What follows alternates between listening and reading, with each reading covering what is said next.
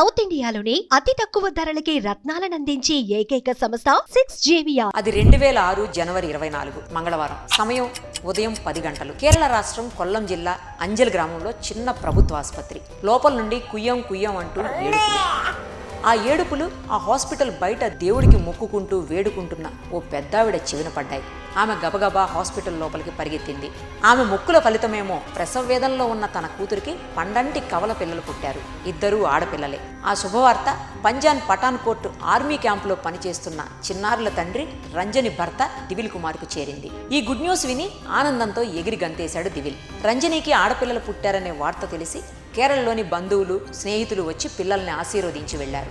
ఎన్ని ఆశీర్వాదాలు దక్కినా దురదృష్టం వారి వెన్నంటే ఉందని ఆ పసికందులకి అప్పటికి తెలియలేదు. కొన్ని రోజులకే అంటే 2006 ఫిబ్రవరి 10 నాడు కమలల అమ్మమ్మ శాంత తన మనవరాళ్ల బర్త్ సర్టిఫికేట్ తీసుకోవడానికి పంచాయతీ ఆఫీస్కి వెళ్ళింది. అదే టైంలో వాళ్లకు తెలిసిన ఆవిడ రంజనిని పిల్లల్ని చూడ్డానికి వాళ్ళ ఇంటికి వచ్చింది. లోపలికి వెళ్లి చూసింది. ఒక్కసారిగా భయంతో అరవటం స్టార్ట్ చేసింది.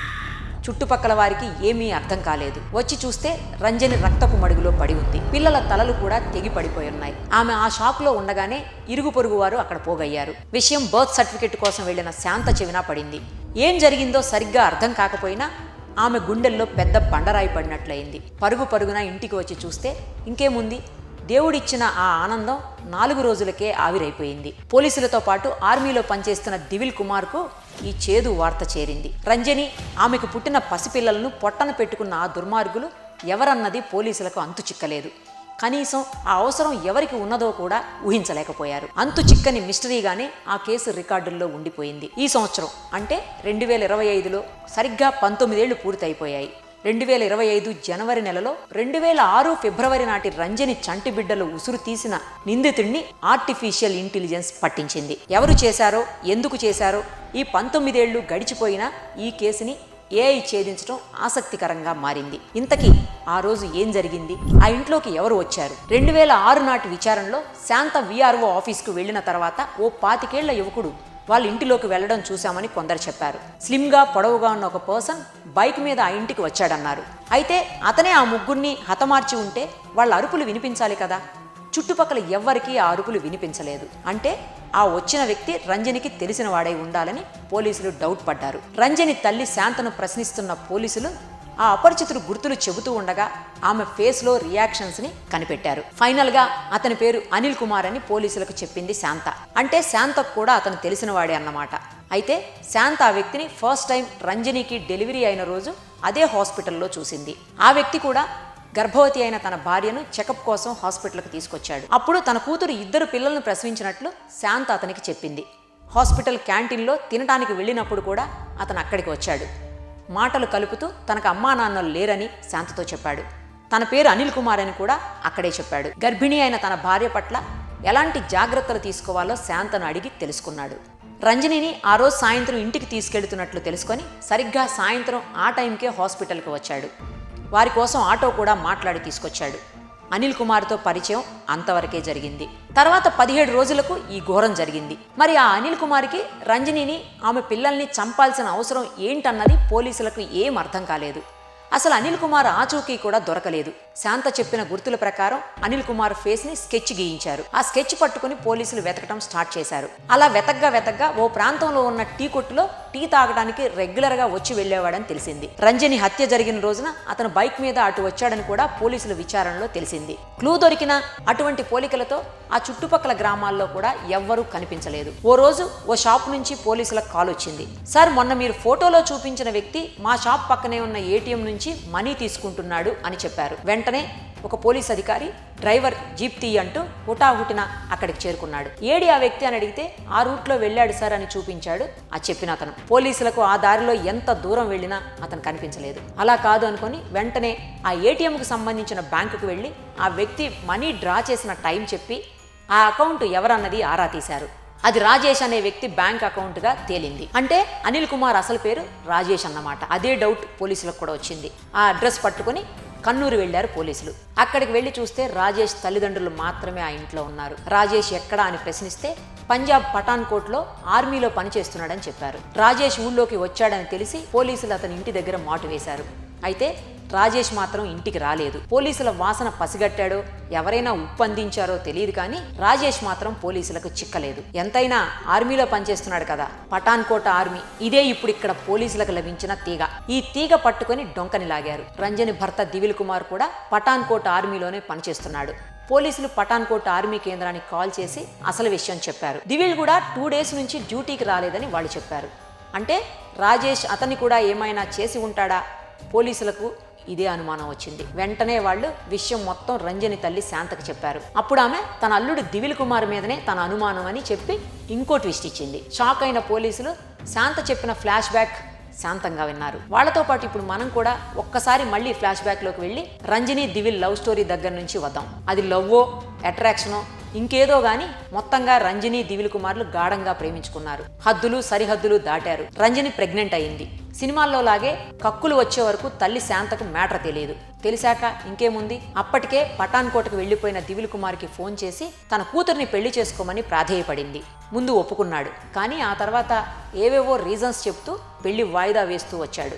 సెలవు దొరకటం లేదని, పనులు ఉన్నాయని, ఇంకా ఇలా సాకులు చెబుతూ తప్పించుకుంటూనే ఉన్నాడు. అలా చూస్తుండగానే రంజనికి 4 నెలలు వచ్చేసింది. ఇంతలో దివిల్ ఒక పిడుగు వేశాడు. ఫోన్ చేసి ఆమె కడుపులో ఉన్న బిడ్డకు తనకు సంబంధమే లేదని చెప్పేశాడు. ఈ ట్విస్ట్కి ఈసారి తల్లి కూతుర్లు బిత్తరపోయారు. ఎంత ప్రాధేయపడినా రంజనిని పెళ్లి చేసుకునే ప్రసక్తే లేదన్నాడు దివిల్. ఇంకేముంది, లబోదిబోమంటూ శాంత రంజని ఇద్దరు పోలీసులను ఆశ్రయించారు. వాళ్ళు ఫోన్లోనే దివిల్ను హెచ్చరించారు. అరెస్ట్ చేసినంత పని చేశారు. చేయాల్సింది చేసేసి సంబంధం లేదు అంటే సరిపోదు, DNA టెస్ట్లో అసలు భాగోతం బయటపడుతుంది అని పోలీసులు హెచ్చరించారు. ఆ దెబ్బకి దివిల్ పేటు మార్చి శాంతా రంజనీల కాళ్లబేరానికి వచ్చాడు. 2 నెలల్లో పెళ్లి చేసుకుంటానని అమాయకపు మాటలు చెప్పాడు.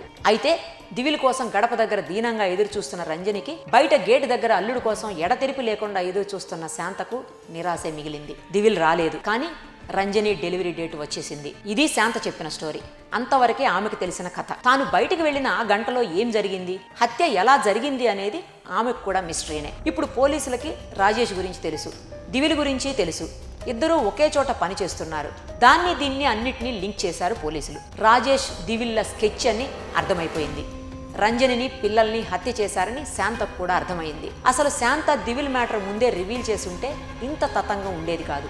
అయితే పోలీసులకు హంతకులు ఎవరన్నది క్లారిటీ వచ్చింది, కానీ ఒక్క ఆధారం కూడా లేదు. ఇక్కడితో శాంత చెప్పిన ఫ్లాష్ బ్యాక్ అయిపోయింది. శాంత చెప్పిన స్టోరీ శాంతంగా విన్న కేరళ పోలీసులు వెంటనే పంజాబ్ పోలీసులకు సమాచారం అందించారు. కానీ రాజేష్ దివిల్ ఇద్దరు కూడా ఆర్మీ క్యాంప్ నుంచి ముందే ఉడాయించారు. వారాలు నెలలు ఏళ్లు గడుస్తున్నా పోలీసులకు మాత్రం చిక్కలేదు. ఎవరైనా సలహా ఇచ్చారో ఆమెకే తట్టిందో తెలియదు కానీ ఈ కేసు CBIకి అప్పచెప్పమని కోరింది శాంత. రంగంలోకి దిగిన CBI బృందాలు గుజరాత్, మహారాష్ట్ర, కర్ణాటక, ఏపీ, తెలంగాణలతో సహా ఇతర రాష్ట్రాల్లోనూ గాలించారు. కానీ నో యూజ్. చివరికి లుక్అవుట్ నోటీసులను జారీ చేసింది CBI. నేరస్తుల ఫోటోలను జోడిస్తూ దేశం విడిచిపోకుండా జాగ్రత్త పడ్డారు. అయినా CBIకి సైతం చిక్కలేదు.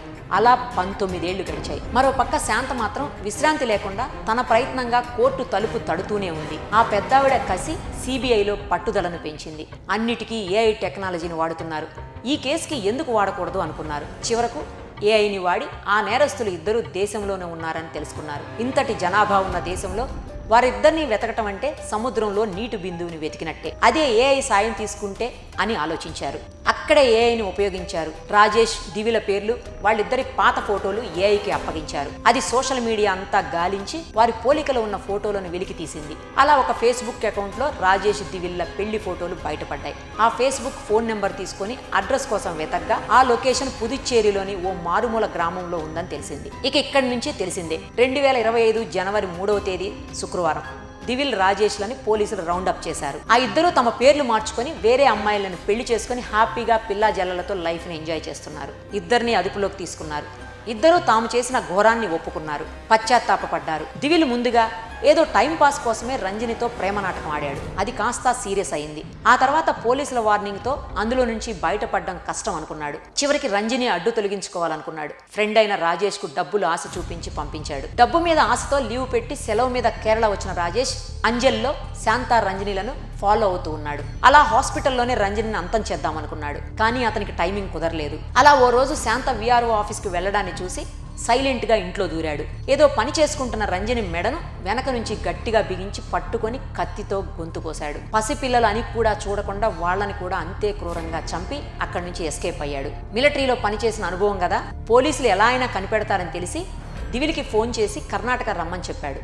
ఏటీఎం నుంచి డబ్బు తీసుకొని తాను కూడా కర్ణాటకకి జంప్ అయ్యాడు. అలా రాష్ట్రాలు తిరుగుతూ చివరికి 5 ఏళ్ల తర్వాత పుదుచ్చేరిలో పేర్లు మార్చుకొని పెళ్లిళ్లు చేసుకొని పిల్లా పాపలతో హ్యాపీగా సెటిల్ అయ్యారు. చివరికి ఏఐ ఇచ్చిన క్లూతో చిక్కారు. ఏఐ కారణంగా జాబులు పోతున్నాయి, ఫేక్ గాళ్ళు ఎక్కువ అవుతున్నారని అనుకుంటున్నాం కదా, కానీ ఇదిగో ఇలా మంచి పనులకు కూడా వాడితే చాలా మంచి జరుగుతుంది. 19 ఏళ్ల ఓ తల్లి కడుపు కోత కొంతైనా తీర్చగలిగింది ఏఐ. టెక్నాలజీని మంచి కోసం వాడితే అద్భుతాలు సృష్టించవచ్చని చెప్పడానికి ఈ క్రైమ్ స్టోరీనే మంచి ఉదాహరణ. మరి మీరేమంటారో కామెంట్ చేయండి. సుమన్ టీవీలో మీ పర్సనల్ అండ్ బిజినెస్ ప్రమోషన్స్ కోసం కింది నెంబర్కి కాంటాక్ట్ చేయండి.